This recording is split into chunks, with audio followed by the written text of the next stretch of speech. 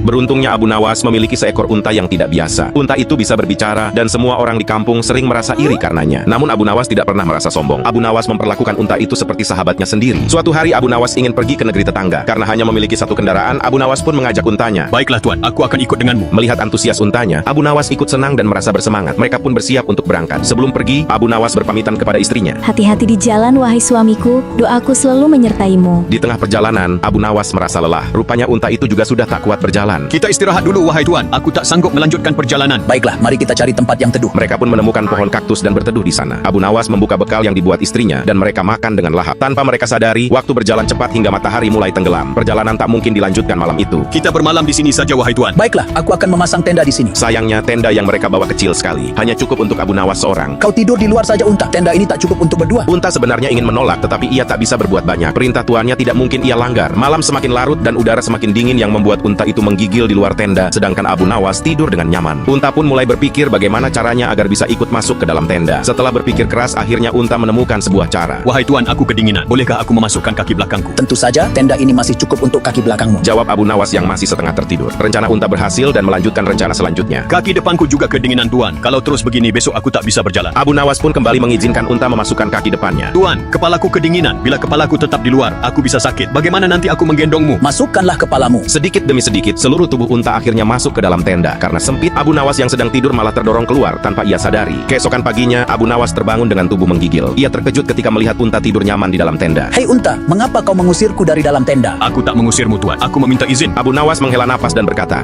Mengapa untaku jadi cerdik seperti ini? Aku belajar darimu Tuan. dan seketika itu juga mereka pun tertawa bersama sambil menikmati pagi yang cerah.